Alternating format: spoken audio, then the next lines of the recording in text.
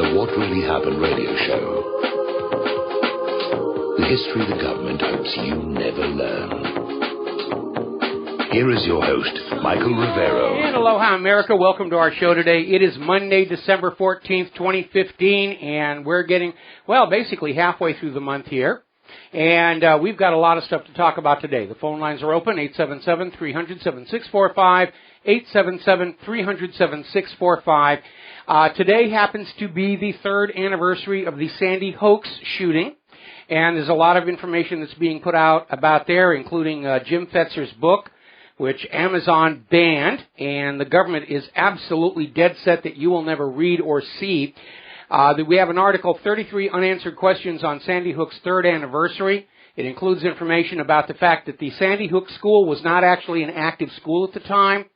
And now there's a new video that has surfaced documenting that there was an emergency drill on how to handle situations with children taking place just nearby on the same date and time as Sandy Hook. So once again, we're seeing all the hallmarks of another one of these false flag attacks. And we have to study all of these closely because it's becoming obvious the false flag is how government is ruling us, and not just our government.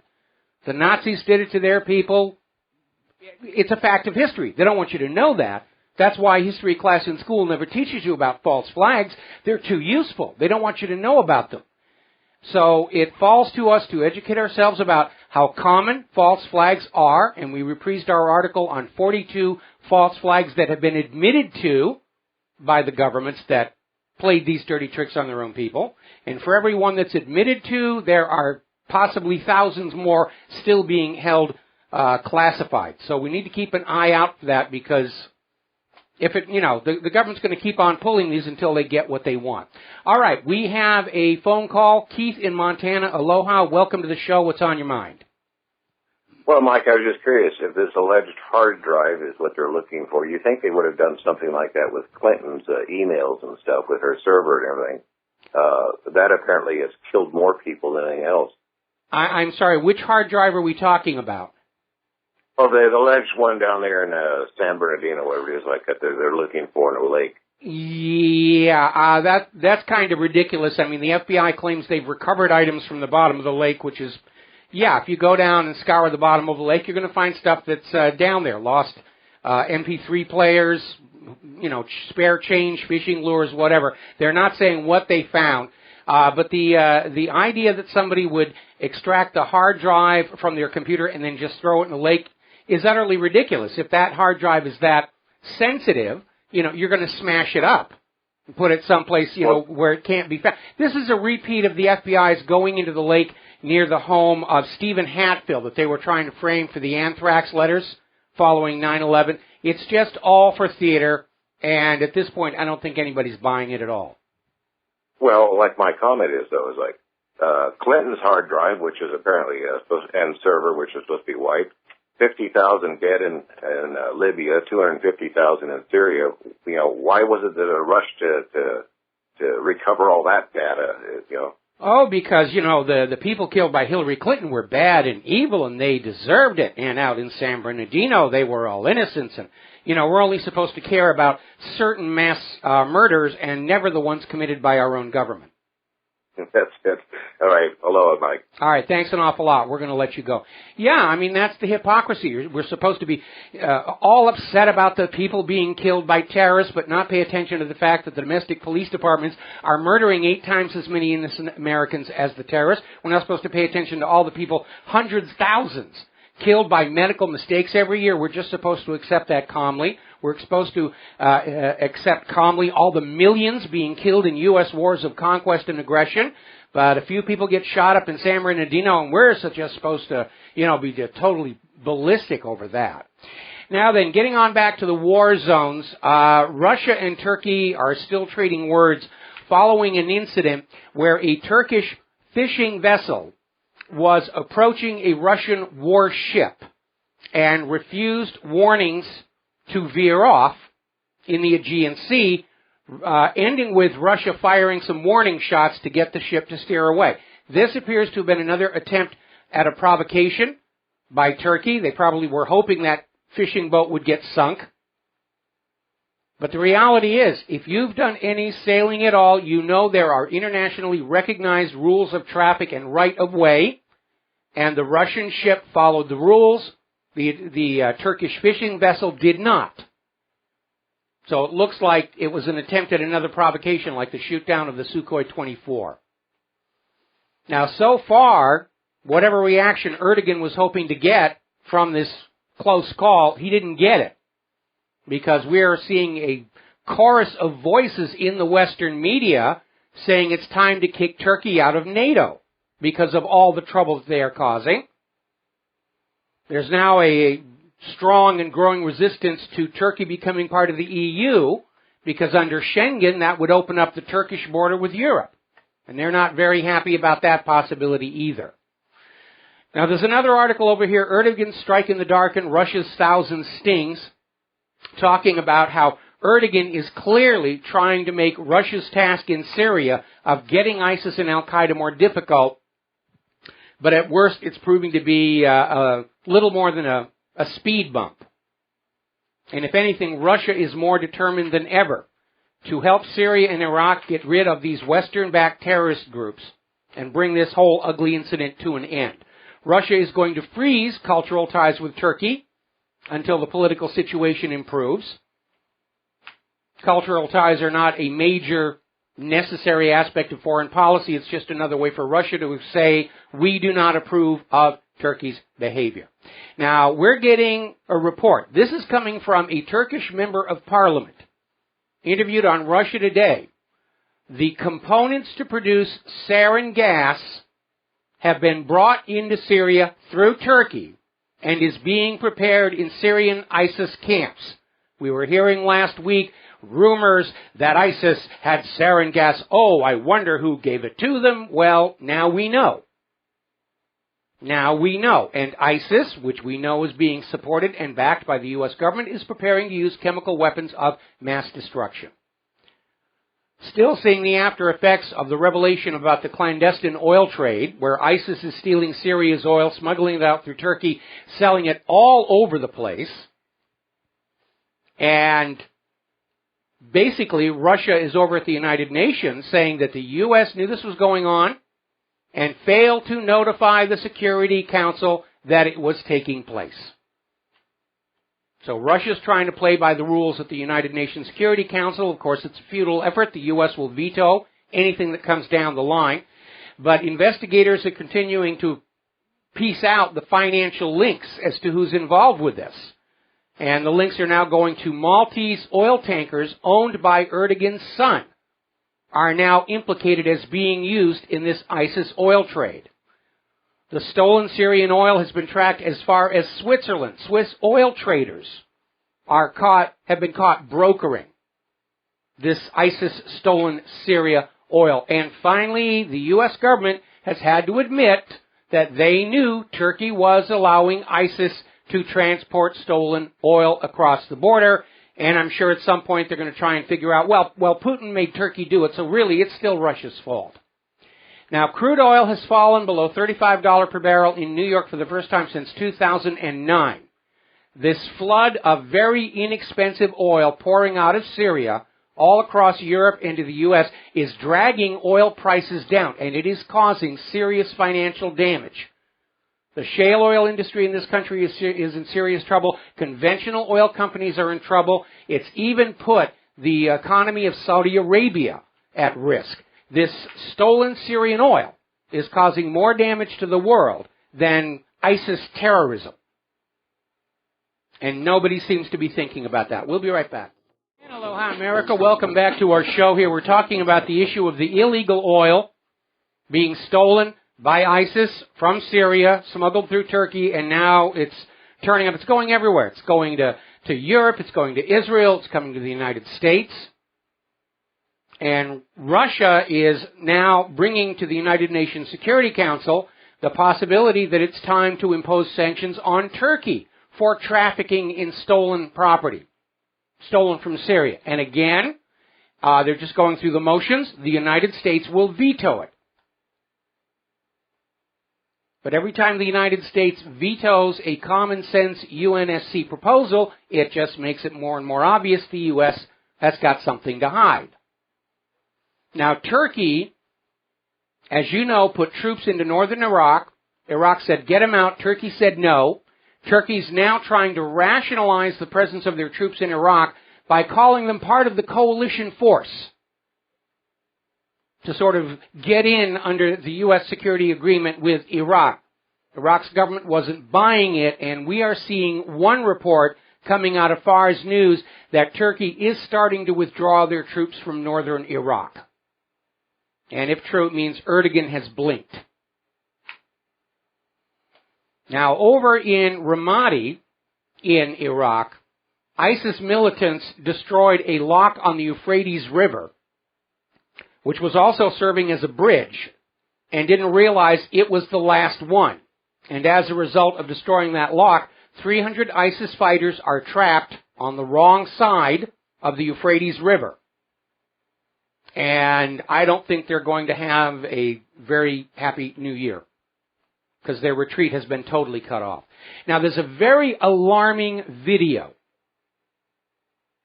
that you need to look at. It's Senator John McCain. He's being pressed by a reporter over the fact that Iraq doesn't want us in there, Syria doesn't want us in there. They've both invited Russia to come on in. And John McCain, in so many words, paraphrasing loosely, says, screw Russia and China, we'll invade anybody we want to, which sounds like famous last words. And perhaps to send a message to John McCain and those people who think like him, Russia test-launched an intercontinental missile from the Barents Sea, worked like a charm. Anyway, over in Ukraine, militia claim Kiev forces shelled their positions in self-proclaimed Luhansk Republic, yet another ongoing violation of the Minsk Accords. In fact, militias is saying Kiev forces have violated the ceasefire regime 80 times in the past week. But Russia's the bad guy, of course. 400 units of military hardware reportedly spotted near the contact line in Donbass. That's also a Minsk Accord violation. And here in the United States, just to tell you that people are still dealing with their agendas, there's a very enlightening article over at Stripes.com. With all eyes on ISIS, Democrats worry the U.S. could lose focus on Iran. We've got to keep our focus on Iran. That's the prize. And they're responding to the fact that Iran test-fired a new ballistic missile last month. And they're out there saying, see, Iran is bad, Iran is evil. No, history's against that. Iran has not invaded another country in a war of conquest in over 200 years. But they see the United States and Israel attacking country after country after country in the Middle East, and they hear the constant rhetoric coming from Washington, D.C. and Tel Aviv about an eventual invasion of Iran. Prudence demands that they prepare to defend themselves if necessary. I don't blame Iran for testing missiles. They know what's coming. We all know what's coming. General Wesley Clark blew the whistle all the way back in 2003 that there was a U.S. policy to invade and conquer all of the oil-rich regions of the Middle East to shackle that oil to the U.S. dollar. And the last one on the list was Iran. Another story coming out of Fars News, MI6 and Saudi Arabia are meeting in Copenhagen to launch terrorist attacks in Iran, to begin that destabilization process that they do so well, about 50% of the time around the world here. Over in Yemen, Saudi Arabia has once again been targeting Yemen schools for bombing, killing students, making education impossible. Amnesty International is out there reporting on this, and the Western media is ignoring them here. Now, things are not going well for Saudi Arabia in Yemen. Yemeni forces have destroyed 2 more Saudi warships, sank them completely, brings the total of lost warships to 10 that Saudi has lost in this little venture. Yemeni forces targeted Saudi Arabia's Jizan airport with a ballistic missile. 2 top Gulf commanders killed in Yemen rocket strike including one from Saudi Arabia and one from the United Arab Emirates. Yemen forces have killed 80 Saudi mercenaries, including 42 mercenaries hired from Blackwater, Sea Academy, whatever they're calling themselves this week. And that leads us up to the punchline on all of this, coming from Trust.org. With region in turmoil, West pushes for Yemen peace. Yes, it's gone on long enough. We need to bring peace to Yemen. The problem is that every offer of peace in Yemen carries with it the return of the Western-imposed puppet ruler, Hadi. And the people of Yemen don't want him. They want somebody to run their country for the benefit of their country and their people, not another U.S. puppet ruler. Israel's once again bombing Gaza in response to rocket fire. And don't forget, Israel has already banned carpentry tools and cement from getting into Gaza, so the damage from these airstrikes will not be repaired. This is all supposedly because of a Hamas rocket attack into Israel, which, as usual, hit nothing but empty dirt. Up in Poland, 50,000 people hit the streets to rally against what they're calling a creeping coup d'etat. The newly elected government is out there trying to change the fundamental nature of their government. They're not happy with that. Demonstrations were held in other cities all across Poland. They don't want that core of their government being changed and tinkered with any more than the American people do. We're very furious over the limitations on the First Amendment, the attempts to repeal the Second Amendment, violations of the Fourth, Fifth, Ninth, and Tenth Amendment. Why should the Polish people be any happier than we are? Now then, people in Montenegro are protesting the idea of NATO membership for Montenegro because back in 1999, NATO invaded Montenegro and killed lots of people. And now they're being told they have to be buddy-buddy with their former conqueror. They're not happy with that one. All right, we're coming up here on our bottom of the hour commercial break. We'll be back talking about the Metrojet crash in Egypt. There's been a new development. Hello, hi, America. Welcome back to the show here. Now, you remember last October there was a Metrojet Airbus 321 that crashed in Egypt's Sinai. And when it first went down, calm voices were saying, let's not jump to conclusions. Looking at the flight data suggested the possibility of a rear pressure bulkhead blowout, which does happen. Obviously, Airbus would not like that to be the cause, because then it makes people nervous about riding in Airbus's product. Metrojet didn't want it to be a mechanical failure because they're hovering on the edge of bankruptcy already and they don't want lawsuits. So everybody was screaming, terror, terror. There was an ISIS bomber. This person got inside in the airport and everybody went wacko. Well, Egypt today has released their preliminary report on the crash of the Airbus A321 and said they have found no evidence of terrorism or other illegal action. And they're saying it isn't there. So they're looking at a mechanical failure on the aircraft itself. Now, moving into the economic realm, China carefully moving to displace dollar. This according to a story in journal Neo. And we know that that's been on the agenda not just of China, but of Russia and other countries as well, who understand that having to go through the U.S. dollar to conduct business across a border costs them because they have to either borrow those dollars at interest from the Federal Reserve or they have to bring manufactured goods and agricultural produce to the United States in exchange for what are basically stacks of ink and paper. That's it. And it's been a sweet deal for the United States of America ever since the end of World War II, and the other countries are sick and tired of it, and they're moving away.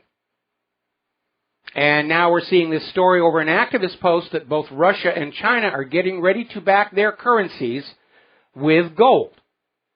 And that will make them much more attractive internationally than the U.S. dollar, which isn't backed up with much of anything except empty promises at this point. Now, over in Ukraine, And despite the IMF violating its own rules by lending to a country that is in arrears on its debt, Ukraine's economy has hit rock bottom. By the end of this month, Ukraine's economy will have contracted 12% this year, with inflation forecast to reach 50.8% according to the World Bank. And the decline in Ukraine's economy, obviously the military conflict and the loss of trade with Russia. Now, over in India, they were trying to bolster the government's gold reserves by offering to buy physical gold from their own citizenry at 3% over the market value, which sounds like a good deal until you remember that the government of India is paying for the gold with rupee, which are being devalued by inflation at 15% per year.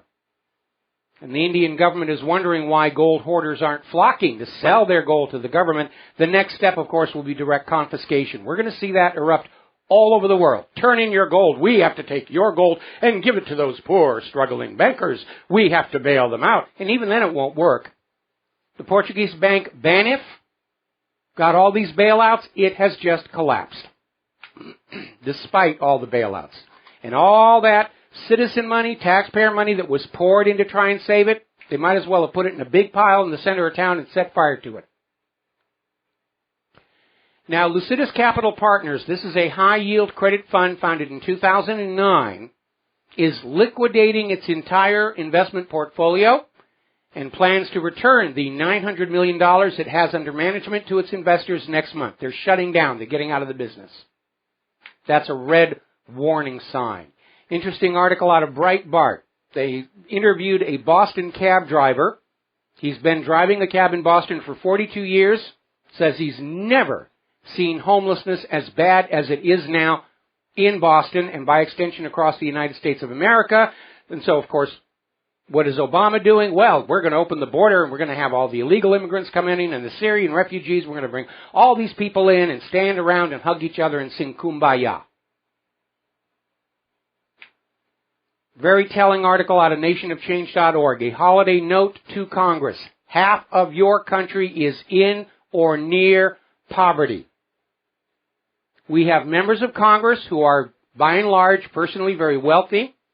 They're all buddy-buddy with their millionaire friends, corporate lobbyists, Wall Street people.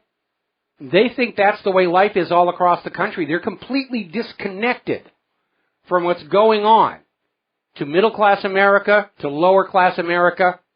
They're in denial. They don't want to face up to it because ultimately they're the ones who created this unstable economy by going along with this private central bank Ponzi scheme. Now, a lot of the metals trading blogs were lighting up over this announcement that President Obama has signed a bill to help the U.S. Mint increase silver content in U.S. coins. And that was the headline. But what that really means is only for the proof sets.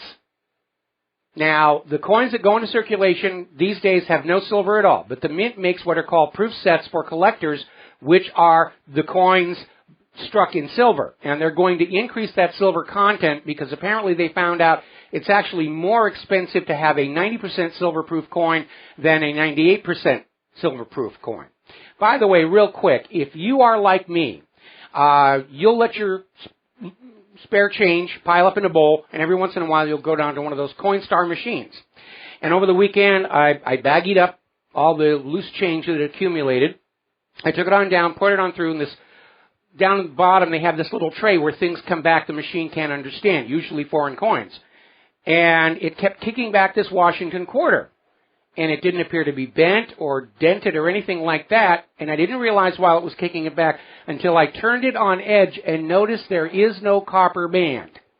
And sure enough, it turns out this is a 1964 silver George Washington quarter. It's actually worth a lot more than 25 cents. But to Coinstar, this is not legal money. And that, I think, tells you a lot about what's going on with the economy today. All righty, turning on over to politics and the various candidates. Over on Face the Nation, Trump supporters are out there saying that they're tired of weak candidates. And by that, they mean candidates who are out there waffling on the issues, saying different things to different audiences, trying to be everything to everybody. And standing in contrast, we have Donald Trump, who even if you don't agree with what he says, you know he says what he really thinks and means. And that is such a rarity these days in politics. People are just responding to that. Now, there's another article came out of the Washington Post, no less, and I hate the headline, but I'm going to give it to you anyway. Thanks to Trump, fringe news enters the mainstream. And it's an article about Donald Trump's recent interview on Alex Jones. But it's the fringe news. It's the fringe, don't want to, I prefer the name independent, obviously. But we can already see the corporate media is finally waking up to the realization that decades of lying to the American people have cost them their audience. And they're coming on over to the independent media because they know they're going to get the facts here rather than more spin and propaganda bought and paid for by corporations and governments. And that's exactly what's going on. We got to take another break for commercials. We'll be right back. And aloha, America. Welcome back to the show here, and we're talking about the candidates and Donald Trump. Interesting little story over on Western Journalism Center. The one reason Trump is not going away was just revealed on Fox News. Not really. Now, apparently, Luntz appeared Thursday night on Fox News Hannity to talk about a recent focus group of 29 Trump supporters. There's a large statistical universe. And his conclusion is Trump supporters are extremely loyal no matter what anyone says, including Trump. They're just a bunch of fanatics. Well, the same could be true for Hillary supporters, who know all about the crimes and corruptions of her entire career, and they don't care. But Luntz is missing the real reason for Trump's popularity. Trump's occasional gaffes, his demonstrated political naivete, coupled with the obvious party machine and media bias against him, is sending a signal that Trump really is a political outsider, and that is what Americans want. Americans want the existing and hereditary establishment to be fired, and some new blood, meaning new thinking, to be brought into the government. Americans are sick of business as usual, wars as usual, pandering to Wall Street as usual, unquestioning support for Israel as usual. Americans want a dramatic change to the nation. Trump is the only candidate who seems prepared to deliver that. Now, as you know, there's a lot of rallies being put together, pro-gun, anti-Trump, and apparently a Trump supporter got into one of them. When they're attacking the Second Amendment and all the rest of it, and he said, look, there's a solution. Learn how to shoot firearms. And I think we might be able to say that the liberal mentality is they don't want to take responsibility for their own safety and security. They want to believe the police will be there to protect them, even though history shows that simply does not happen. Now, last week we were talking about a member of the board for the American Civil Liberties Union in Colorado who literally got out urging people to kill anybody supporting Donald Trump. Now, the good news is he's been forced to resign from the ACLU. And, well, he should. You don't go around talking about assassinating supporters of a political candidate. All right, we're going to take a phone call here. Dick in Idaho. Aloha. Welcome to the show. What's on your mind? I have a comment and a question. I've been listening to you ever since before you came back to GCN. And, besides the likes of Tom Valentine and Chuck Harder, you're probably one of the best talk show hosts on the air right now. Thank you. Comment, it's getting harder and harder to pick you up. I haven't been able to get you on TuneIn Radio, which is how I usually pick you up. And I tried a different GCN stream, and they must be blocking you there. Yeah. First of all, what town are you? You're in Idaho somewhere. I don't know if we have an official affiliate there. It may have been somebody on a Part 15 transmitter carrying the show, because I know I'm the darling of the Part 15 broadcasters. As far as the streams coming from GCN, there seems to be some kind of an issue. We've been trying to deal with it for about a week now, and I know that the links to the stream of my show were recently changed, and I've updated the links on my webpage. It should be taking you to the streaming server.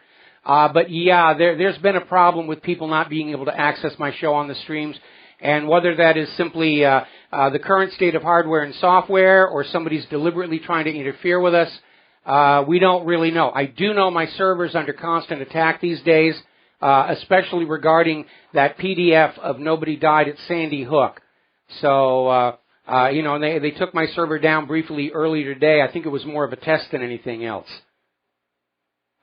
Well, you're doing a good work, and there's a lot of listeners, and I have steered so many people to you, I can't even count them, so keep up the good work. I will, just as long as I can, and thank you for the support, and not only to the radio show, but if you direct them to the website, and I'm sure the people at GCN are trying to figure out why all of a sudden people are having such trouble reaching my show. Okay?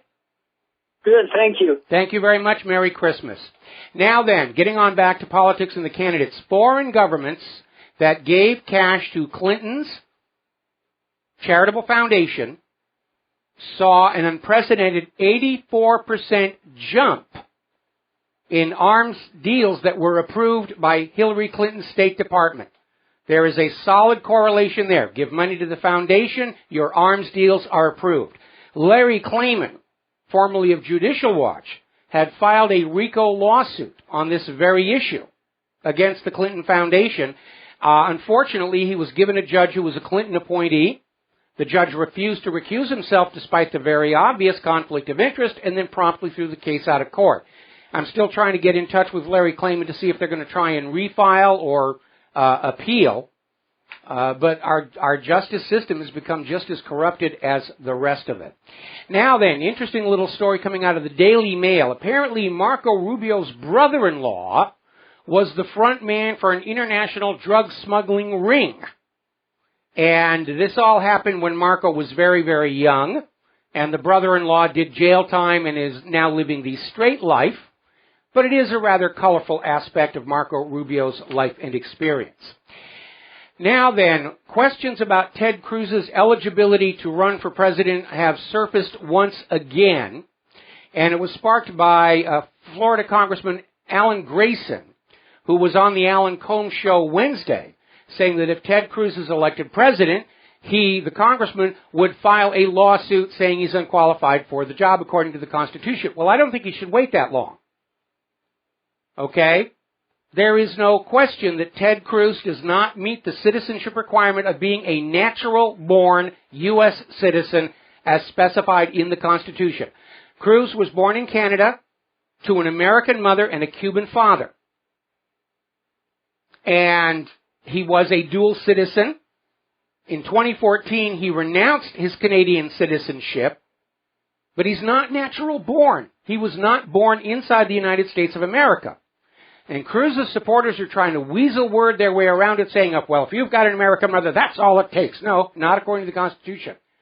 Somebody else actually came and said, well, if Cruz was a naturalized citizen, that means he's natural born. No, that doesn't mean the same as natural born. The other argument they're trying to put on out there is this idea that because natural born has never been legally defined, it's null and void.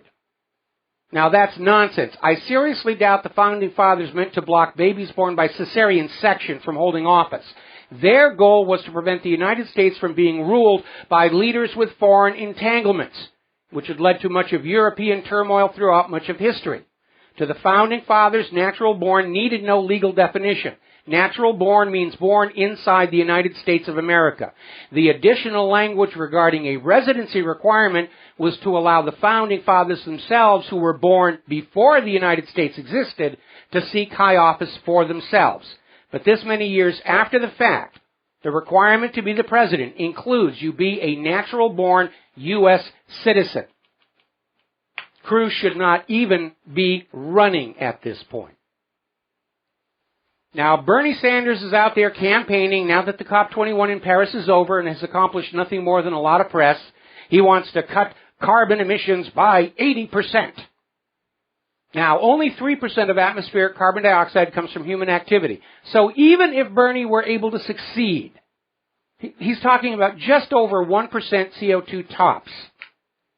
Nobody's talking about reforestation as a solution to increase CO2, or the CO2 produced by warfare. The case that CO2 is raising Earth's temperature has been destroyed by the record-setting winters we've gone through these last few years. And while we seem to be getting a slower start to winter this year, even the carbon Nazis are admitting the record-hot El Nino current is the cause. They're trying to blame El Nino on human activity, but it's not. It's volcanoes.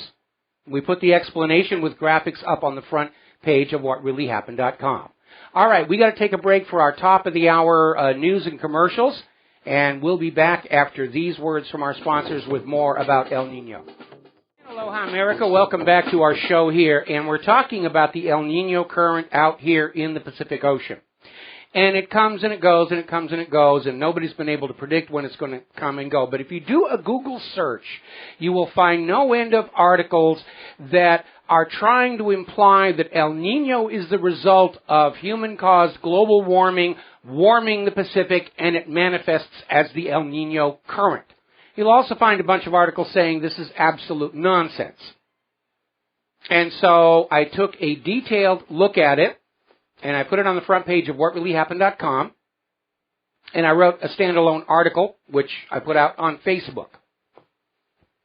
And basically, what I did is I went back and I got the temperature readouts of the El Nino current for several of the last El Nino cycles. And they all have the same feature. It's a triangular shape with the apex over in the western Pacific, north of New Zealand. And then as the current flows east, it fans out and it comes up against the Americas. And it brings a lot of heat. But where's the heat coming from? If it was coming from human activity, it would emerge everywhere simultaneously. But looking at the thermal graph, it is obvious there is a point source pumping heat into the Pacific Ocean. And I overlaid all of these El Nino temperature readouts from several years, and that point source is always in the same location. And then I overlaid it over a map of the floor of the Pacific Ocean. And it's in an area where there are hundreds of volcanoes. The whole Pacific floor is covered with volcanoes. The ones that poke up above the surface of the ocean produce islands, like here in Hawaii. But there are a great many more whose summits are below sea level. And there is no way of knowing whether or not they're erupting unless there's an associated seismic event, or if ships sailing above the volcano report a floating patch of pumice stone, which sometimes signals an eruption. But the hard reality is nobody knows how many active volcanoes and thermal vents there are on the floor of the world's oceans. And I think it is high time somebody does a survey down below that point where El Nino emerges to see how many of those volcanoes are active. And obviously they're going to be erupting and then stopping eruption. They're going to come and go. Not all volcanoes are steady and predictable the way Kilauea is. That's been rocking and rolling for about 20 years now. Most volcanic eruptions are very short-lived. But it appears that the cause of El Nino has nothing to do with human activity, but volcanic activity. And if that's the case, it's another reminder that nature's effects on climate vastly overshadow those of the human race. So you need to look at the maps. If I were Dr. Ballard, who, by the way, was the guy who first found those thermal vents and the life around them, I'd be looking around that Solomon Mound, which appears to be a lava dome, huge, gigantic, just in the right area to be producing that heat that's causing the El Nino current. So it's not the cause of human activity. It wouldn't be a point source if it was human activity. Alrighty, getting on back to politics here. We're seeing a report in Investment Watch blog. Latest poll showing 1 out of every 3 Americans are unhappy with the degree of Israeli influence on U.S. politics. And I would almost suspect that that poll was being pushed in a certain direction. I think more Americans are unhappy with any outside influence on our government. The U.S. government is supposed to be looking out for the United States and the American people, not foreign powers. And that goes all the way back to George Washington's farewell address, where he said, "Beware of foreign entanglements." He's absolutely right. Now, we're getting a report that the appeals court has reaffirmed a decision that allows lawsuits to proceed against the high-level officials of the Bush administration for the post-9/11 abuses. This is a lawsuit brought by the Center for Constitutional Rights, basically saying that all the violations of the Constitution, the use of torture, these are all illegal. The people who ordered them should be subject to the actions of the law, and the appeals court has agreed. They've been stalling this for 13 years, and the court said it's time for this to move forward. Now, getting into the area of immigration, Democrats are now suggesting legislation to establish a global right to immigrate to the United States of America. If they get this law put through, the borders will be totally open for instant Democratic voters from any nation on earth to pour on into the United States of America. Never mind if they're carrying contagious diseases. Never mind if they have criminal records. Never mind if they're terrorists. As long as they vote Democratic, they are welcome in the United States of America. We're really at the bread and circuses stage of our decline and fall.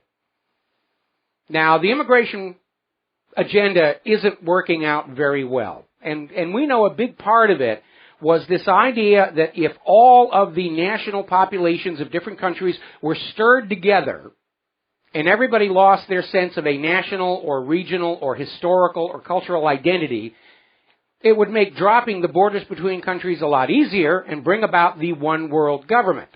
And apparently the planners of the one world government really thought that they were going to stir all these people together, and we were all going to become buddy-buddy and hug each other and sing Kumbaya around the campfire, and that would be it. But in point of fact, the unbridled flood of immigration, which does not represent the best of the source nations, but the worst, has triggered a huge backlash and a surge of nationalistic fervor all over Europe and here in the United States of America. There's an article over in Der Spiegel, Fear, Anger, and Hatred, the Rise of Germany's New Right.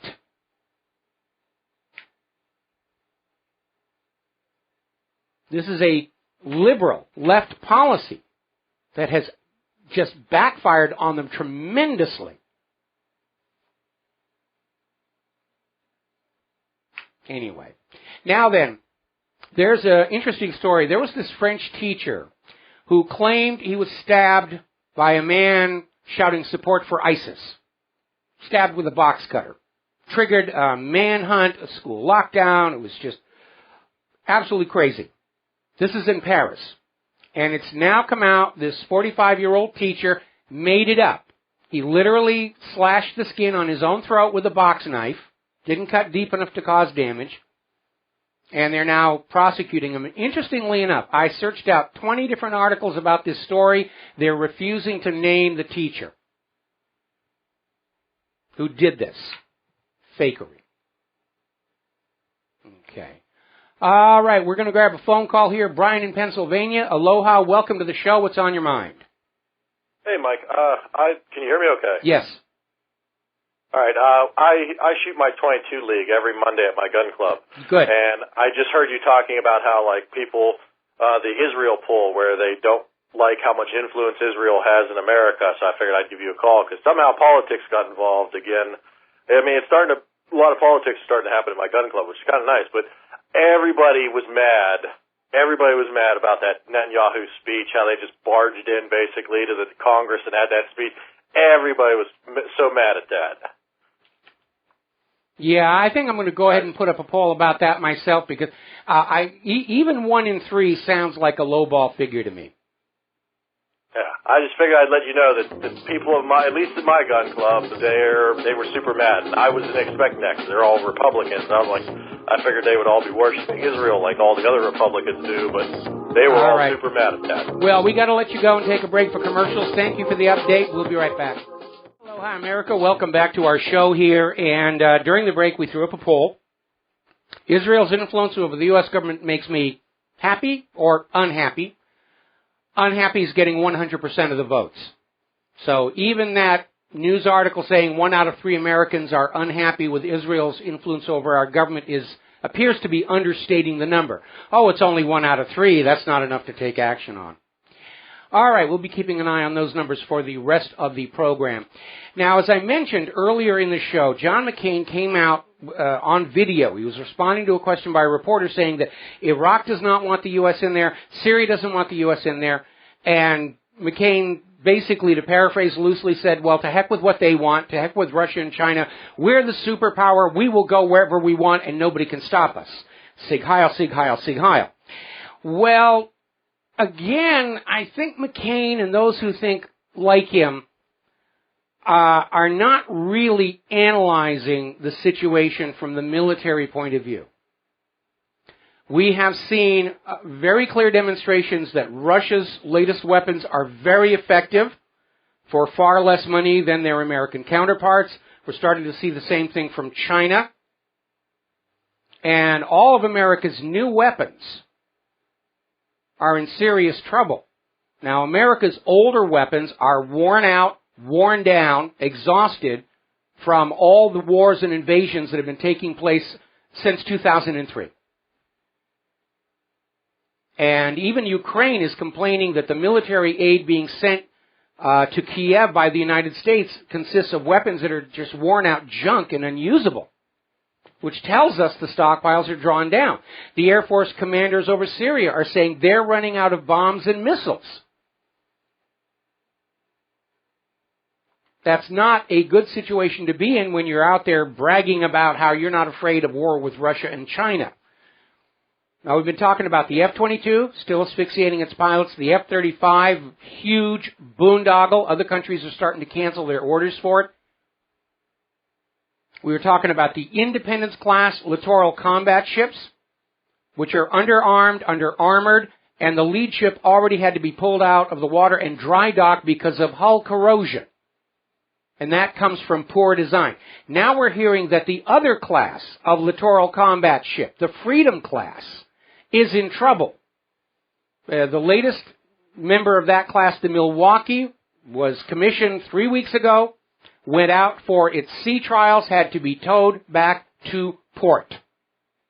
Apparently the oil filters were just clogged with fine metal particles, which means either the engines are not properly designed or they weren't properly run in before the sea trials. You know, like the break-in period on a brand new car where you have to be very gentle the first 100 miles and then change the oil. And you know, wars are not fought in pristine, clean environments. Wars are fought in areas with a lot of dirt and grit.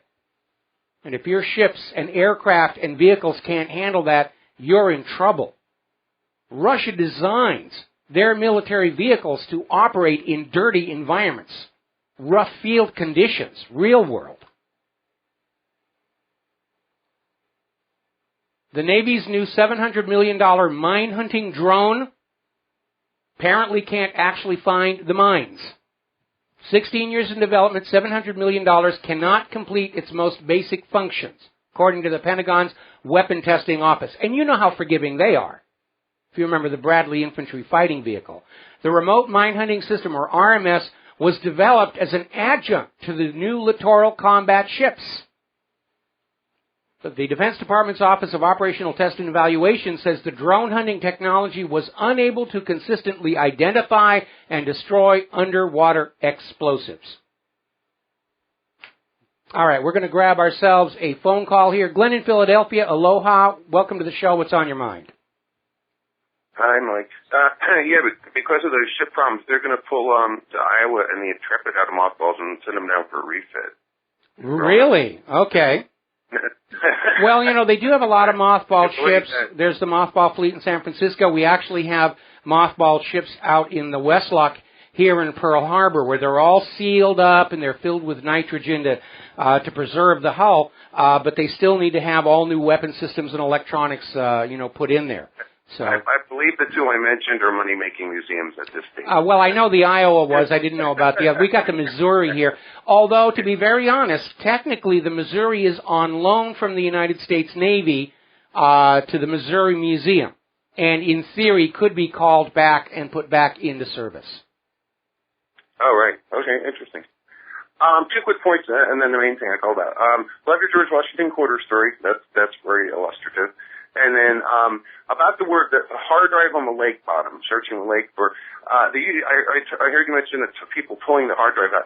Unfortunately, when these people say hard drive, they're referring to the main desktop PC CPU unit itself. Now, they call them hard drives. Don't ask me why. It is neither a hard drive nor it is a central processing unit. It is the computer itself, but that's what they're referring to, the whole desktop box. When they say hard drives. When they say well, who says hard drives? I mean, to me, a hard drive is the physical disk. Okay. I agree. Me too. Yeah. That's what I'm saying. But in the news, when they say they take somebody's hard drive out of their office, they're talking about the whole PC, the whole box. I don't know how that got started, but that's it. Anyway, about your people hearing listening problems. I use an Android phone with an app called Xia Live, XIIA Live, and it's probably very similar to iTunes and those types of things. A couple different times, and one time just last week, all 6 of my GCN channel links, bookmarks, died and would not work. I could not connect. I could not connect to the server to listen. And what has happened, and I don't know why, I don't know what gets changed, but if that happens, I have to delete the links and then use the search utility, within the app to research for, Genesis Channel 2 or whatever. And then the new links work. So apparently something changes within the links themselves. Well, one of the issues I've identified earlier today is apparently whoever organizes the website for GCN has been changing the links, and they don't notify us hosts that the links to our streams and archives are now in different locations, so that we can't update the links on our website. Now, this morning I went down and hunted my current stream address, and I updated the links that appear on my website during showtime. But it has caused a great deal of confusion, and I've been getting a ton of email from people saying they can't find my show, they can't listen, and hopefully we're going to get that sorted out sometime before next year. Yeah, when they change the links. So I imagine it's the same for iTunes. But I got you now. Actually, I even forgot about that. I called in to GCN and said, hey, I can't connect. Maybe you're under a DDoS attack or something, And, but no, then I realized it was this link problem, so. Yeah. That's it. All right, well, thanks an awful lot. I mean, we get DOS attacks on the WhatReallyHappened.com server. I don't know that they get them on GCN. GCN uses an outside streaming service. We'll be right back after these few words. Aloha, America. Welcome back to our show here. Now, as you know, the United States had a massive program in World War II to develop the world's first nuclear weapons. And as is always the case during wartime, little concern is shown to side effects, long-term damage. We know there's that landfill fire. There's a smoldering fire underground at this landfill. It's getting close to a whole bunch of radioactive waste that was illegally buried back during the development of weapons programs, nuclear weapons.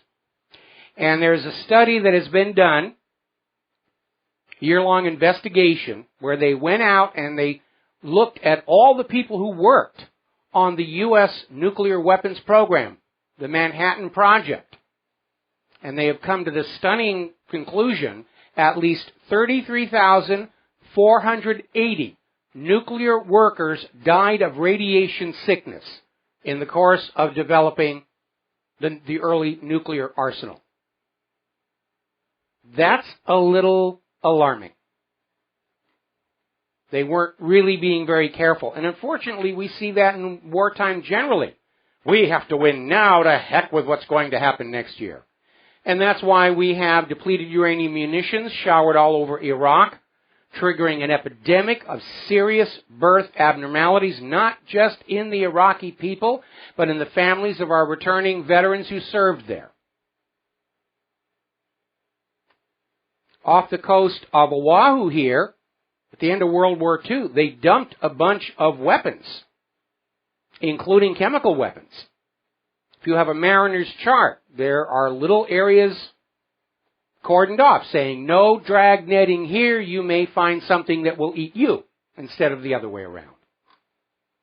And it's only a matter of time before seawater corrosion starts opening these things up.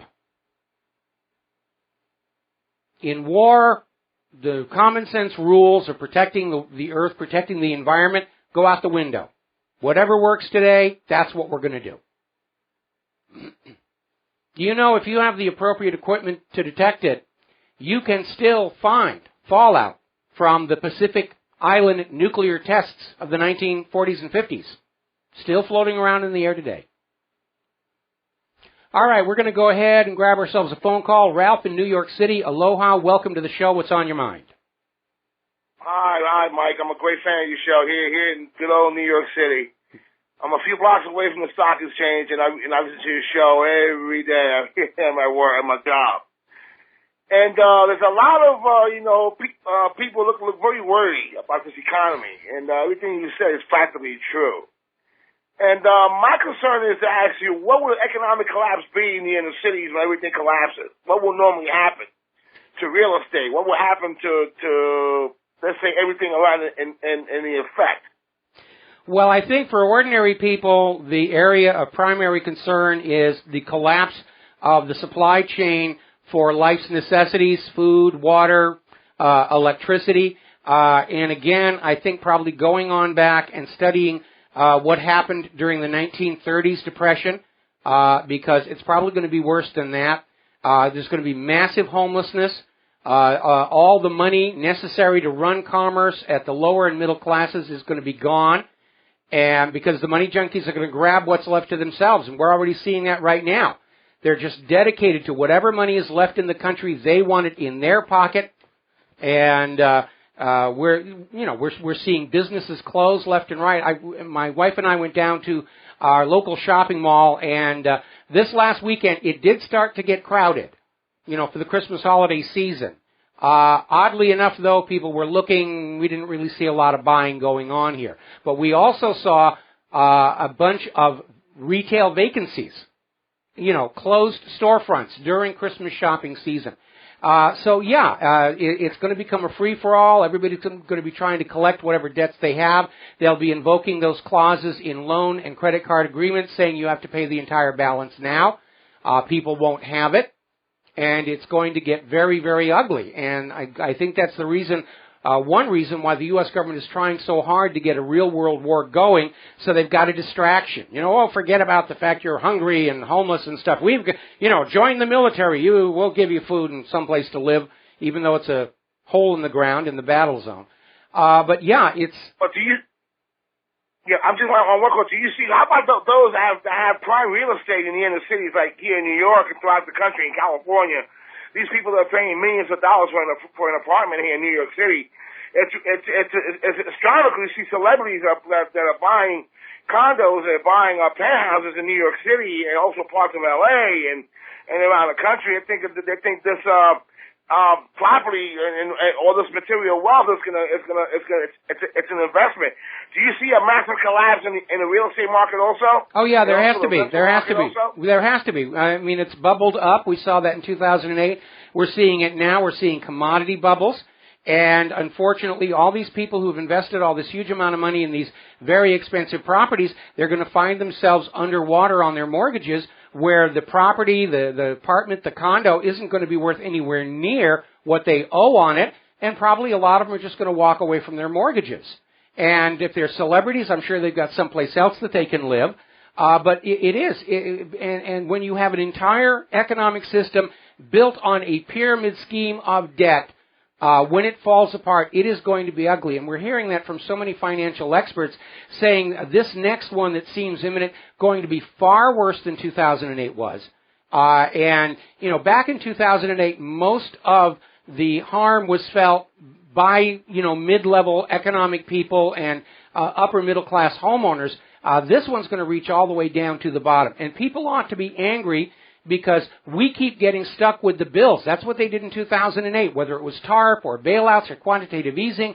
The whole model is somehow the people are made to pay all the losses so that these bankers can go on playing their games. And everybody ought to be very, very angry at how the U.S. government has just abandoned any concern whatsoever for ordinary Americans. And they're all buddy-buddy with the people who've got the money. And like I said earlier in the show, there's a huge amount of denial going on. They really don't want to look at how bad things are out here in the heartland. They still think there's a huge amount of money that they're going to grab somehow from all of us. And it's going to get really, really, really bad. And we're going to have to learn how to take care of each other because the government isn't going to do it. And we're going to have a period of about maybe 4 or 5 months of really bad times while we try and pull together a new government. So the stock market's overvalued by the way you're saying at the same time, right, Mike? No question. It's more overvalued than it was in 1929. And that's because of the plunge protection team constantly running the market up so that they can use it as a political banner. See, the economy's fine. The stock market's up in 17,000. And you could see today it was starting to really go down. Then they bump it up again. But it's an illusion. The stock market is completely disconnected from the economic reality of mainstream America. Main Street America, rather. Wow. Okay, Mike. Thank you. Thanks an awful. I'll be in the show now. All right. Thank you very much. Mike. Beautiful. Thank you. All right. Well, there's a little bit of intelligence from the Wall Street around the neighborhood around Wall Street that they're all looking worried, and if they're worried, then you should be worried as well here. All righty. Let's see. We've got callers on the line, but we're coming up on a commercial break. Oh, Gloria just hung up anyway. Okay, recent study finds marijuana is much safer than alcohol or tobacco. That's kind of an interesting revelation. Now, we know that earlier studies that linked marijuana use with traffic accidents were using people who were on marijuana and alcohol at the same time. But somebody actually did a study where they had driver testing on a simulator, marijuana only, and found it minor amounts actually made them better drivers. We'll be right back. And aloha, America. Welcome back to a show. And boy, we have got a lot of people waiting on the phone.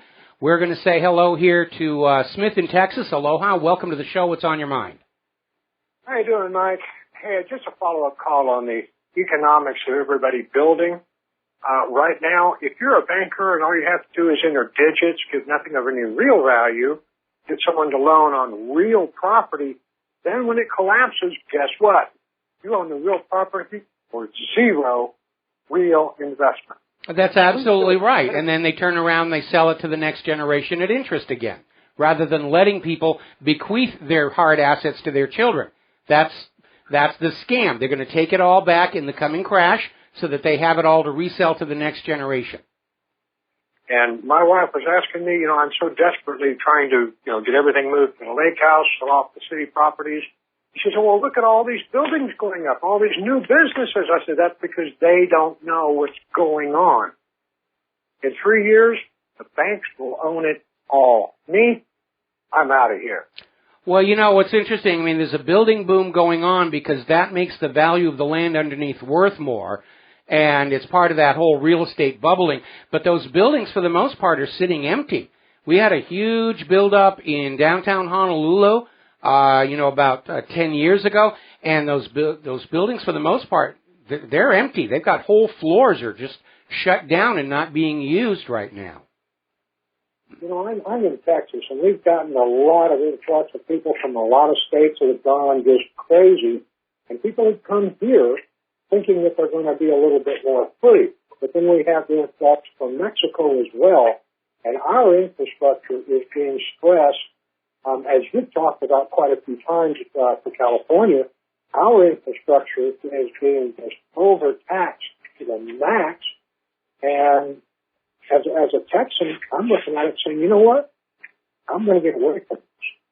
I'm going to the lake house, me and my boat, and try and have enough room around me to have a little elbow room. I don't want to be around Americans. The guy asked what's going to happen. Look at the people around you. Talk to them. Realize just how dependent they are on everything. When that money gets kicked out from under them, it's going to be a madhouse, and I don't want to be here. Well, I agree with you, and it is alarming. I mean, there are so many people who do not want to see what is obviously in front of them. They're in denial. Somehow it'll work out. Somehow the economy's coming back. I'll get a job next year. And again, they don't want to deal with the indicators that are coming on out. A lot of people, unfortunately, are going to be caught by surprise when it happens, just like they were caught in 2008. You know, when the warning bells were signaling months in advance, and people were still out there flipping houses. Oh, this is great. We're making money. This is going to last forever. And, of course, it didn't, because bubbles all have a finite lifespan. The people starting the bubble will ride it to the top. Then they'll bail out at the top, and all the losses get dropped on everybody who showed up late. And they're going to do it again, because the government will not punish the people behind these manufactured bubbles, because the people behind the manufactured bubbles are sharing the wealth with members of Congress by way of those very generous campaign contributions. And the press. I mean, look at what happens. You know, they've got all these flip this house, and they're encouraging people to get into the housing market. Yeah, it's on the radios here in Oahu. I'm getting targeted advertising. Learn how to flip real estate. They're starting the same thing all over again, because it made them a lot of money, and they never had to feel the pain for it when it all fell apart. You did. You were forced to pay for the pain when the bubble ended. But the people behind the bubble, they got rich, and they're happy, and that's why they're doing it again. Absolutely. In closing, can I have 10 seconds? Sure. Guys, I would like y'all to step up to the plate and help Mike. I mean, it takes a lot of money, especially in Hawaii, where the equipment gets eaten up, as you've mentioned before.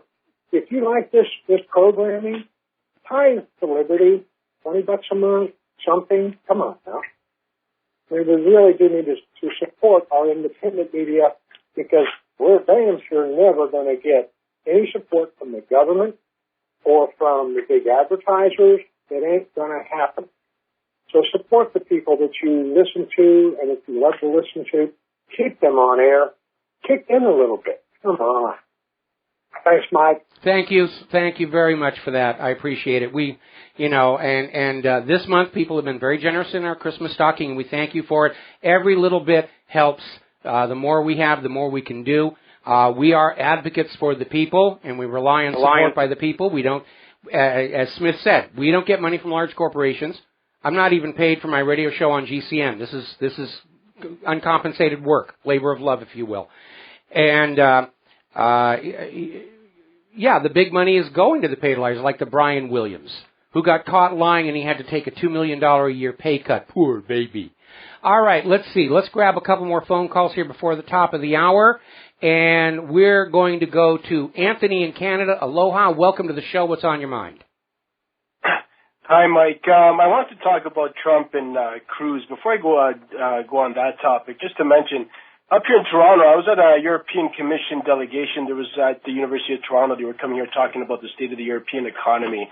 And I was talking to a lot of these European delegates. And, a lot of people talk about bankers and bankers. But I see where all these guys come from. Every one of them, they're all ex-bankers. These guys are so arrogant. They got an attitude that's absolutely unbelievable. The bankers absolutely control the European Commission from beginning to end. There's no doubt about it. Well, this whole private central banking scam is a system of enslavement.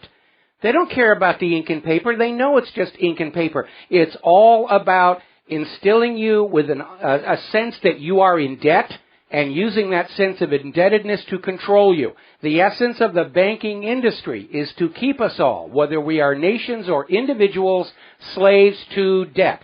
That's what they do. It's rule by compound interest, and it's no more legitimate a form of government than rule by divine right or ruled by slavery, and like those former failed systems, it only works as long as people are brainwashed into believing this is the way the world is supposed to be. So we all need to become private central banking heretics and refuse to believe in this religion of private central banking, because that's what it is. There's no science behind it. Modern banking is a religion. It's a set of arbitrary beliefs imposed on the masses for the benefit of the practitioners.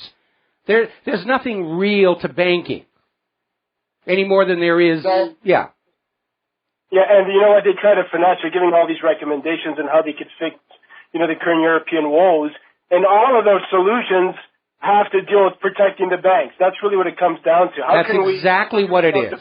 That's exactly what it is. The banks are protecting themselves because these banks are not part of the government. They are not part of the society. They exist to serve themselves, and that's what they're doing. And they're aided and abetted by politicians who would sell their own mothers for $1.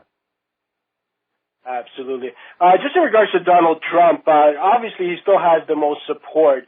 I just wanted to get your opinion. Do you actually think he'll win the Republican nomination? Will the Republican establishment be able to vet him out? And the other question I have is, Ted Cruz was actually born up here in Canada in Calgary. Now, when a lot of, not to say I'm a supporter of Obama in any way, but a lot of people gave big heat to Obama about not being born in the United States. I wonder if Ted Cruz actually rises in the polls, if he's going to get the same attention regarding his birth as Obama did. Okay, well, first of all, living on Oahu, I confirmed that Obama was born here. It has now come out that the rumor he was born in Kenya came out of Hillary Clinton's 2008 campaign. And the reason for the shenanigans over the birth certificate is that Barack Obama Sr. is not Barack Obama Jr.'s biological father. A gentleman by the name of Frank Marshall Davis is, and in fact, if you look at the top of my website, there's a permanent article linked there, Obama the Love Child, that explains all of that. In the case of Ted Cruz, there is no question he was born outside the United States. His mother was American, his father was Cuban. He is, under U.S. law, a U.S. citizen, but he is not a natural-born U.S. citizen, which is a requirement to hold the office of president. Okay, so why isn't anybody talking about it? Why is Ted I'm Cruz talking not about it. Right. And anytime anybody posts anything online about it, Ted Cruz's supporters go on in there and say, "Oh, you're," and they froth at the mouth and say, "There's a loophole, and he's allowed." If his mother is American, that makes him a natural-born American citizen. No, it isn't. And as I said before, they're trying to now say natural-born is null and void because it's not been legally defined. Well, obviously the Founding Fathers had a definition for it, or they would not have put it in the 14th Amendment. And natural-born means you're born inside this country. Anyway, we got to take a break for our top-of-the-hour news and commercials. I got another call waiting from Dustin. Dustin, you'll be my first call when we come back from the top-of-the-hour break. We'll be right back. Aloha, America. Welcome back to our show. Hour number 3. The phone lines are open, 877-300-7645. We're going to go right to the phones. Dustin in New Jersey, thank you very much for being so patient. What's on your mind today? No problem, Mike. Hi. Yeah, getting to the economy, you're right, and your listeners are right. It's like all we got is a shell of an economy. So all these banks, they give low-interest loans to these corporations. They buy back their stocks, and they build these phony areas to build up, and then they're just going to wind up buying them real cheap when the economy collapses. Because if you look, all the little stores, there's a lot of stores in New Jersey for lease, like smaller, smaller strip mall stores and all. And I'm like, why weren't, small businesses are dropping like flies. Basically what it is Washington, D.C. and Wall Street have grabbed all the money of the country and piled it around themselves and said, hey, everything's just fine. We're okay. And people need to look at the Baltic Dry Index, and I forgot, what's the index for the trucking? I forgot the name of that. Doesn't ring a bell right now. I tend to focus on the Baltic. But yeah, that's very low. The trucking index is low. Manufacturing is slowing down. And, whatever lift they had going into the Christmas retail season, basically has ended at this point because it's too late to order goods into the malls for what remains of the Christmas shopping season. So I think we're going to see a lot of retailers going out of business January, February of next year. This is the problem with a debt-based consumption. It cannot last forever. That's what people don't understand. It's like it throw one thing in the gears, and the gears get all jammed up, and everything gets ground to a halt. No, it all comes back to that 11th marble I keep talking about, okay? When you have a privately owned central bank issuing all of the public currency as a loan at interest, debt exceeds the available money supply, and the debt continues to grow and grow and grow until the load of servicing that debt crushes the rest of the economic activity, and that's where we are right now. And Mike, I wanted to switch gears to Syria. You know what I find amazing? ISIS didn't even exist, and they're calling for, Assad must go, Assad must go. And then all of a sudden ISIS comes around, and then they're saying, Assad must go, Assad must go. Well, I'm like, wait a minute. They were just saying that Assad was the reason for ISIS. Now, what about Saddam Hussein?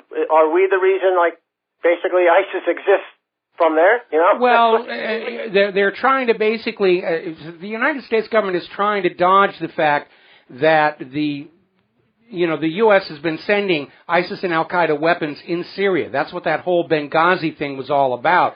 And so now they're trying to do what's called a limited hangout by saying, well, maybe some of our policies in Iraq contributed to the rise of ISIS, which is not saying quite the same thing as we deliberately created Al-Qaeda and ISIS to wag at you in order to justify wars of conquest, which is apparently what has really been going on.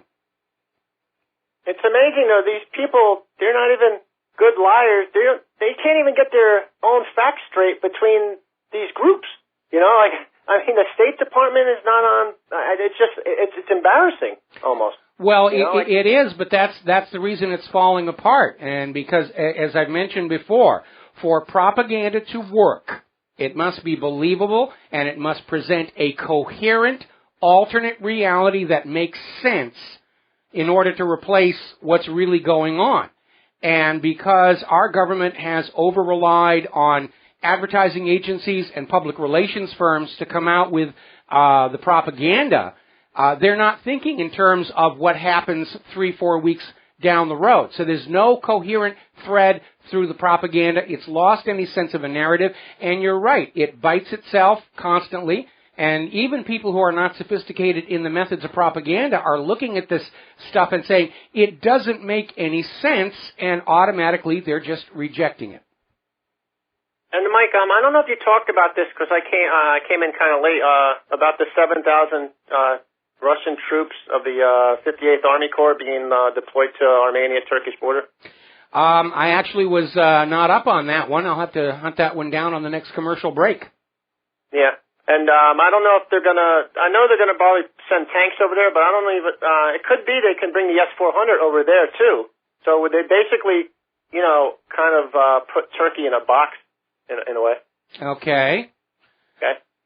Yeah, you want to look that one up. All right, I'll definitely look that one up. Anything else? No, that's it, Mike. Thanks a lot for letting me talk. Okay, and we're going to go ahead and we're going to grab Steve in Florida. Aloha, welcome to the show. What's on your mind? Hello, Mike. I just wanted to compliment you on I saw Rye's new movie, The Empire Unmasked, and I wanted to compliment you. You had a little cameo role on there talking about some fascinating stuff there. I mean, it was like James Bond kind of stuff.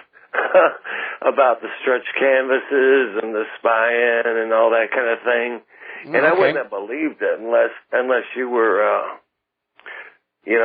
talking about that. I thought it was fantastic. But have you ever seen the musical instrument called a theremin with the two metal loops, and you put your hands and the volume and pitch changes, and it used to be the mainstay of science fiction films in the 50s, woo! Oh, yeah. That's called a theremin. Yeah. The guy who invented that also worked for Soviet intelligence, and he's the one who came up with the idea of a modulated passive radio reflector as a listening device. And so that's where that all came from. I'll be darned. Yes. I'll be darned. I didn't know anything about that. But anyway, there was another question that I want to ask you is, I noticed that it's hyped up in the mainstream media about this build-up between Russia and Turkey, and I wondered what that was all about, because I don't remember you talking about that at all. A bunch of friction between. They're talking about a bunch of friction between. Oh well, they're ending cultural cooperation, which doesn't really mean anything. It's just a diplomatic way of expressing ire. But yeah, there's no question that Turkey's behavior is causing friction with Russia. Turkey wants Russia out of Syria because Russia has all but cut off that flow of stolen Syrian oil going into Turkey that Erdogan's son is making all that money off of. I see. Okay. Because they're building it up as like the cause of everything, because of all the problems and so forth. So. Oh yeah, well, I mean the propaganda. Whatever happens, it's Russia's fault. Russia's responsible for global warming. Putin killed the dinosaurs. I mean, it's almost a repeat of, Putin is coming into your home and tearing the tags off your couch cushions. Yeah. I should do a series of graphics about that. Anything else? No, I was really impressed with your explanation on Rye's new movie, and I just thought it was fantastic. All right, well, thank you very much for that. And I'm going to let you go, and we're going to switch over to Wes in Idaho, who's been very patiently waiting online. What's on your mind?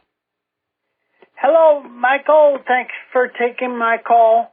I want to make a report on the health of the birds and the bees here in North Idaho.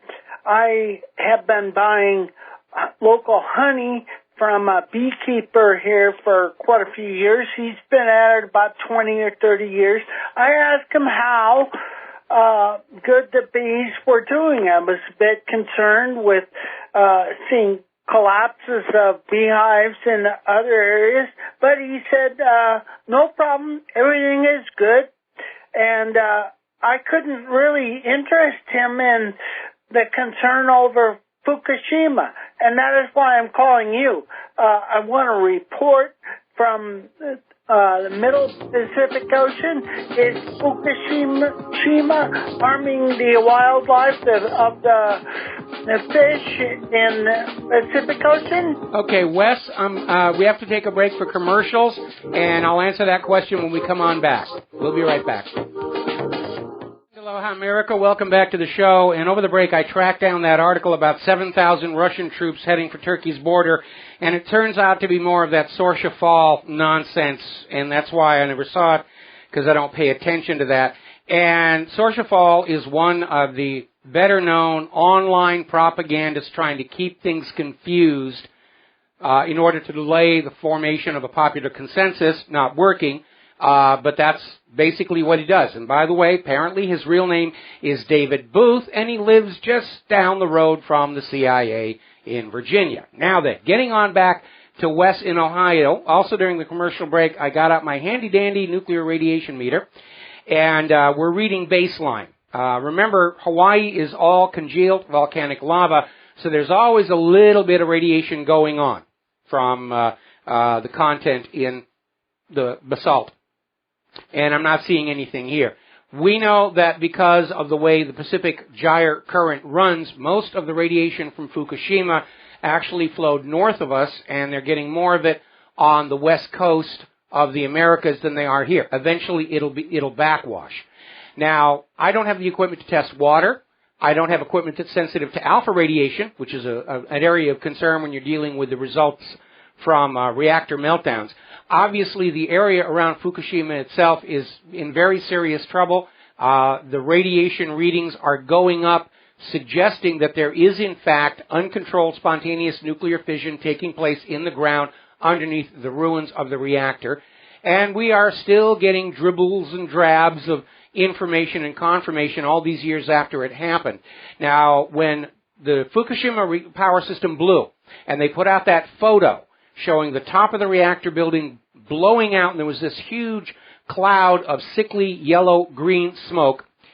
And the official story at the time was it was a hydrogen gas explosion.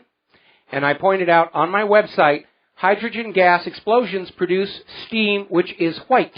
This cloud was a pale, sickly yellow-green, which happens to be the color of the quadrivalent form of plutonium oxide.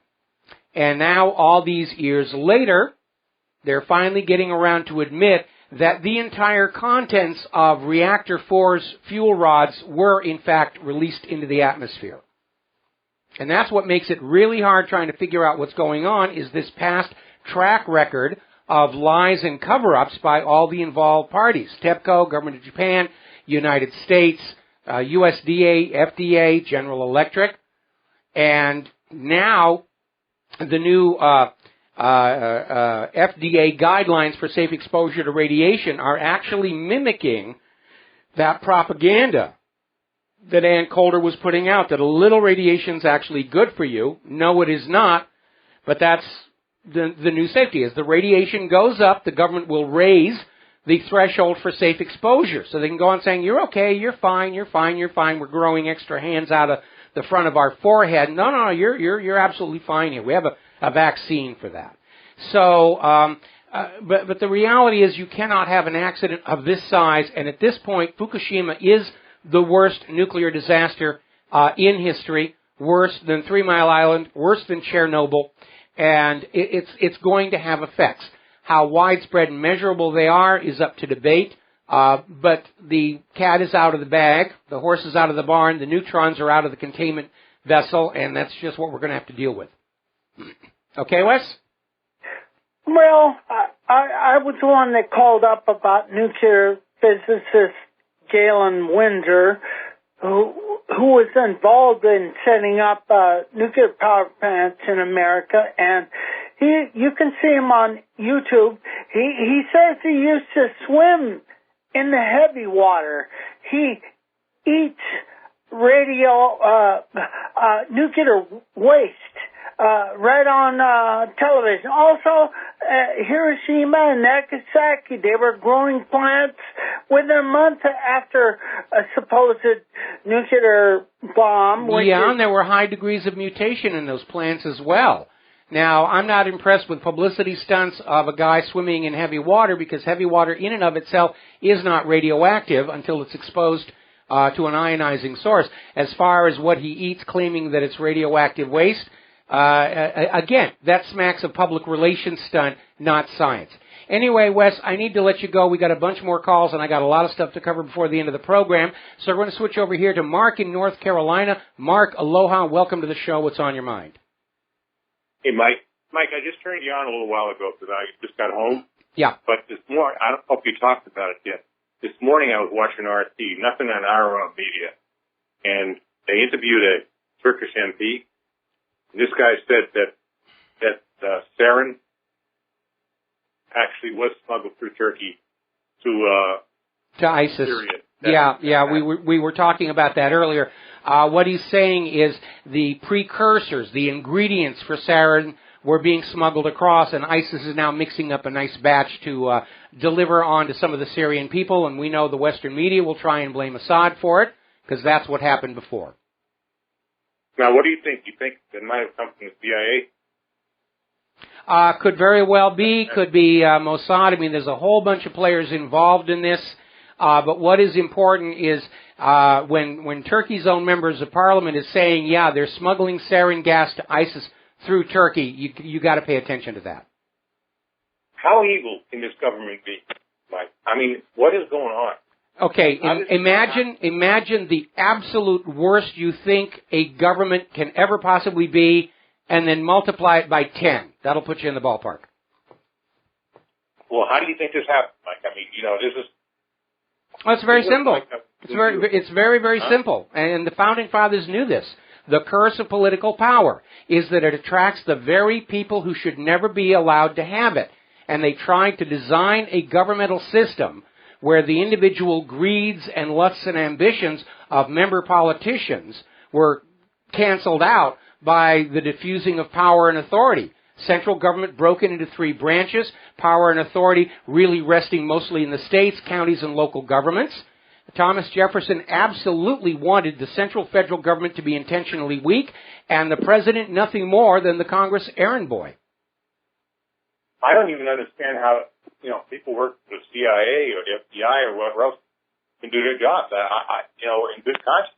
I wouldn't be able to sleep if I had to do that. Well, people who have good consciences don't go to work for the CIA and the FBI and the rest of them. They actually recruit people who don't have a moral compass. And, I'm sure anytime they approach somebody about being with the CIA, they give them a little test to see if they'll do what they're told to do. They're looking for that 2/3 of the human population, which according to Sidney Milgram, will commit acts of evil if an authority figure tells them to. And that's who they recruit from. And the 1/3 of us who wouldn't go along, we've got no future whatsoever in government work. Anyway, Mark, we got to take another break for commercials, and we'll be right back. And aloha, America. Welcome back to our show here. We just posted a video from Russia Today on WhatReallyHappened.com in which an ISIS leader in Pakistan admits being funded by the United States government. So it's out there. All righty, moving right along here to the world of computers. As you know, it's the holiday shopping season. Everybody's out there maxing out their credit cards and buying a whole bunch of stuff so that they can feel like they're real people. Isn't that great?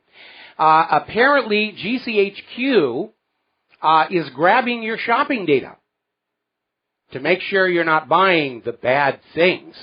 Now, it's not going to be all that difficult because we know that marketing companies are already tracking your purchases through your credit cards, your supermarket discount cards, so that they can target advertising, and they know exactly what you're buying. And obviously the government is going to be looking to see if you're buying too many of the wrong thing, like all this caterwauling about propane and cell phones in the Midwest right now. If you buy too much of the wrong kinds of household products, you will get a visit here.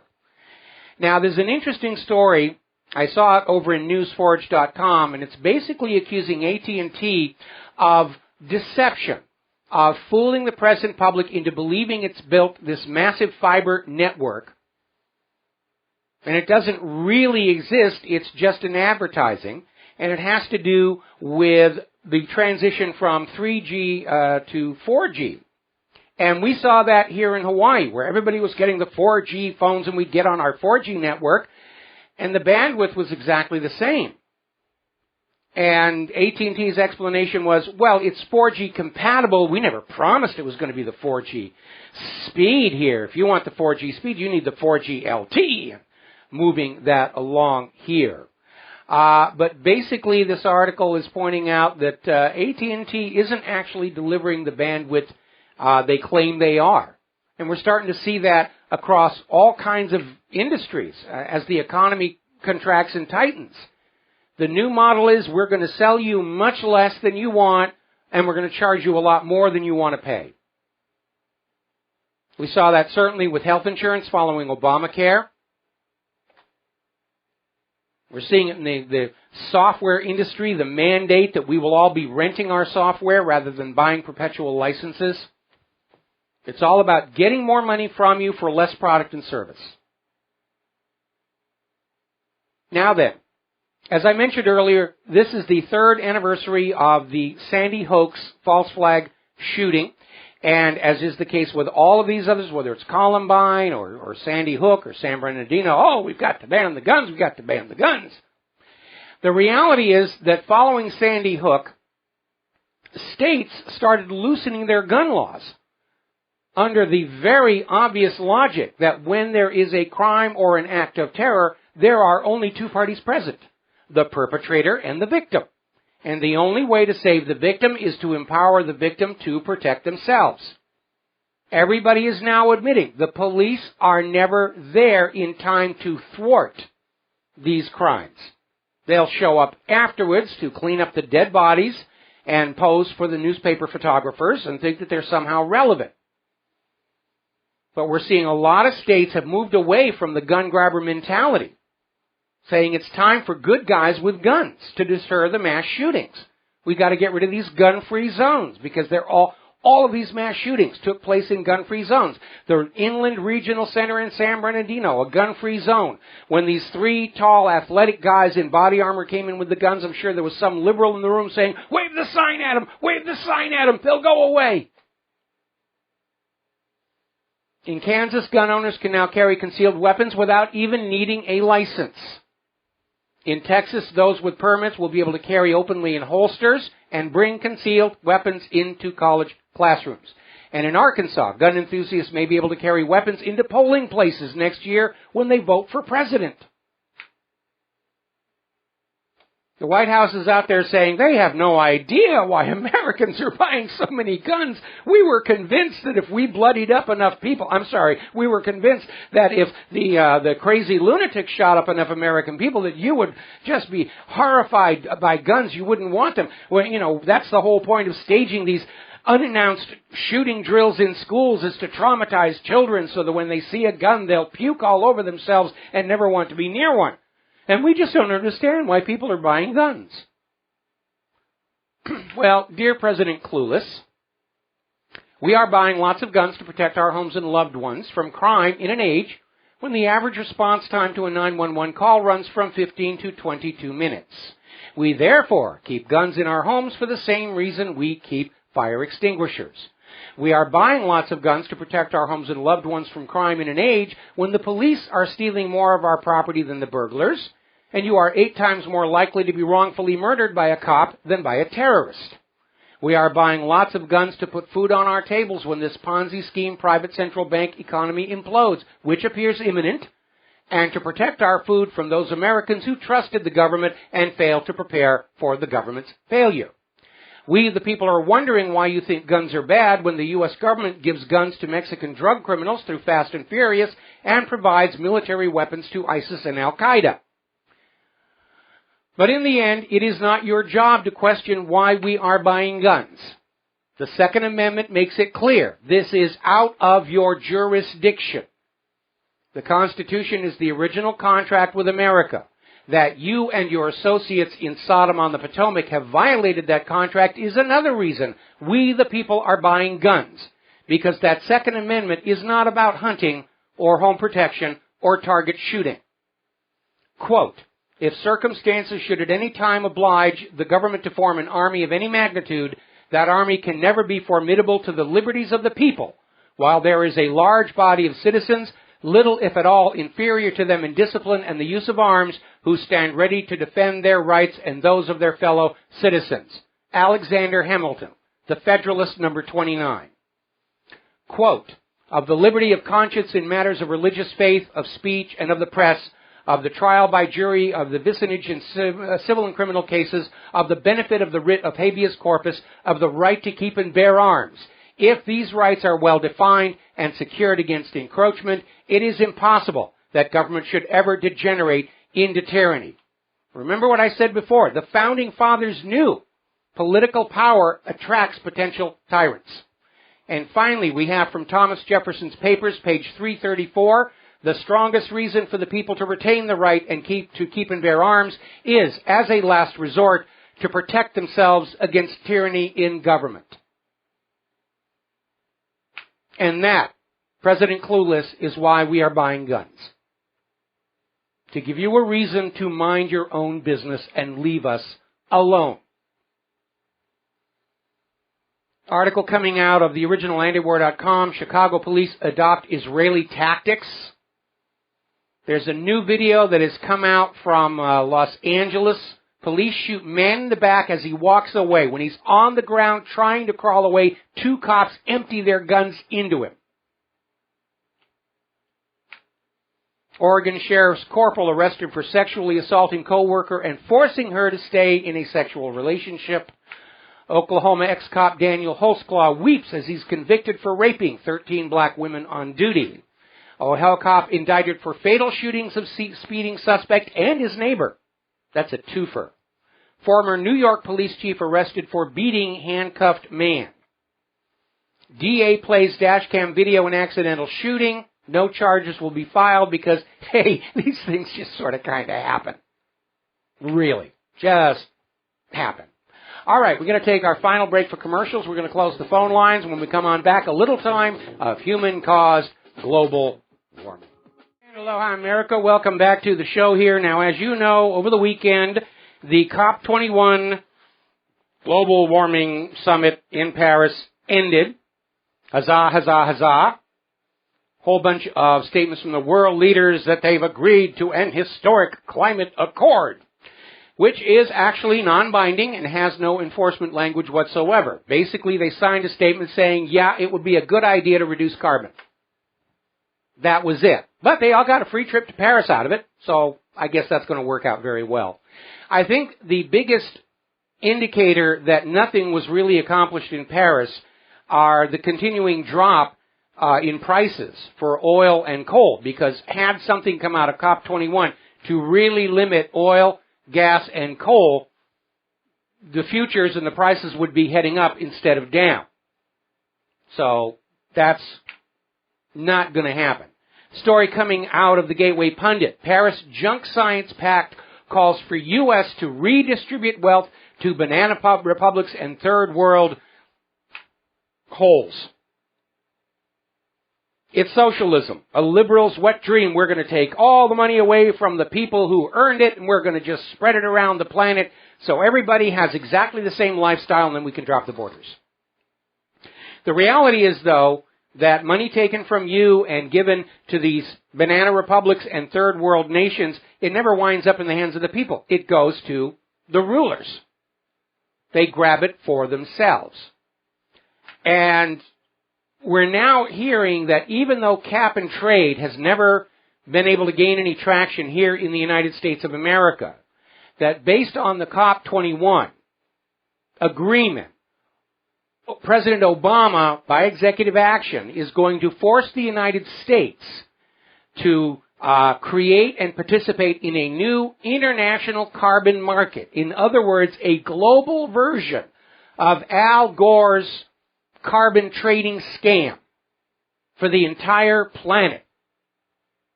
They're going to make huge amounts of money. They're going to do to planet Earth with carbon what Enron did to California with electricity. That's what this is all about. It is a scam. Meanwhile, the hysterical pronouncements about the dangers of uncontrolled human-caused global warming continue. Prince Charles is out there saying that global warming will end the artisanal French cheeses. Those really nice French cheese. Well, as the earth gets warmer, those will just go away. Let's see, we have an article from NewScientist.com. Global warming will make the Earth spin faster. Then we have this other story from The Guardian. Global warming will make the Earth spin slower. And then they wonder why we're not taking them very seriously about any of this nonsense. Now, I posted an article to a flashback in 2004, Global Warming Bombshell, in which it came out. Two Canadian scientists, Stephen McIntyre and Ross McKittrick, uncovered a fundamental problem with the computer software that produced the hockey stick. This is coming out of Michael Mann's work. He was the one who came out with the hockey stick. It's taking off. It's going to be horrible if you don't pay carbon taxes. Now, Mann supposedly used a standard method known as principal component analysis to find the dominant features in a set of more than 70 different climate records. Okay? But McIntyre and McKittrick got a look at the source code of the program Mann used. Remember that ClimateGate leak from the Hadley CRU? And they found serious problems with the code in that it wasn't actually using principal component analysis. And even worse, the code emphasized any data that had the hockey stick shape and ignored data that did not. Now, McIntyre and McKittrick are trying to be polite about it and say it's a mistake. No, it isn't. They wrote the computer code to produce the desired result, the hockey stick. Now that COP21 is over, the corporate media is starting to report on the record snow and record cold that is starting to descend on the northern hemisphere this winter. NOAA is still out there saying 2015 is the hottest year on record, but analysis over at Stephen Goddard's website is showing the reality is that the frequency and extent of U.S. heat waves is in decline. Summers in the United States were much hotter prior to 1960 than they were this year. And, of course, the carbonists come back saying 97% of the world's climate scientists agree with this. Now, as Michael Crichton used to say, science is not consensus, and consensus is not science. When Galileo was out there saying the Earth orbits around the sun, the consensus of scientists of his time was he was wrong. And the fact that there was a huge consensus didn't stop them from ultimately being exposed as a bunch of morons for not looking at the evidence Galileo presented. Now, as it turns out, this claim of a 97% consensus comes from a single survey that was conducted as a college thesis, no less. They sent out an online questionnaire to 10,257 Earth scientists. 3,146 responded. They went through and trimmed it down to only 79 responses out of the original 10,000 requests and declared these people the experts. And that's where they got their 97% consensus, from just 75 scientists handpicked from a 10,000 unit email survey. It's a complete fraud. Let's see, it's snowing in Gulmarg, temperatures minus 12 degrees. Up in Utah, they're under snow. The Department of Transportation is saying drivers should avoid the roads today after 4 p.m. The snow is coming down that heavy. We're not even officially into winter yet. And yes, it's a milder entry to winter, Indian summer, and that all has to do with El Nino. It's a record hot El Nino. But El Nino is not caused by human activity. It's the result of sub-ocean volcanoes. Nobody will go looking for that because it doesn't suit the agenda. It's just like when CERN came out confirming that solar rays coming in from space during solar minimum periods would trigger more cloud formation, raise the albedo of the Earth, and more sunlight would reflect back into space, cooling the Earth. And CERN's management removed the part of the article that said this has implications for the model of global warming. It's all driven by politics. Okay, apparently John McCain has written a very strident letter to the U.S. Department of Defense demanding that the U.S. no longer purchase the RD-180 rocket engines manufactured in Russia because they're Russians and they're bad. I guess McCain is thinking we're going to launch our weapons and space probes with a giant slingshot or a trebuchet. The reality is, under globalism, Russia makes great rocket engines. America's lost that skill. Most of our top rocket engineers have already moved to other countries that have actual working space programs right now. Now then. See, office workers let go after refusing vaccine or surgical mask. Universal vaccination program for children will be overseen by committee that accepts vaccine manufacturer monies. The author of the mandatory meningitis vaccine bill caught taking $420,000 in bribes from big pharmaceutical. That's how business works in America. You make a product nobody wants to buy, you bribe the government to make it mandatory, even if it's harmful. And finally, in a warning, Dr. James Jeffrey Bradstreet, a doctor who linked vaccines to autism, has been found dead floating in a river. Dead of a gunshot to the chest, declared a suicide, even though most men commit suicide with a gunshot to the head. There's the music. Time for me to go off and do Jim Goddard Show up in Vancouver. We'll be back tomorrow here on the Genesis Communication Network. Until then, stay safe, stay informed, stay skeptical, make good choices, share what you know with everyone you know. When you have the courage to speak out, you give others the courage to speak out. Talk to you tomorrow. Aloha, America.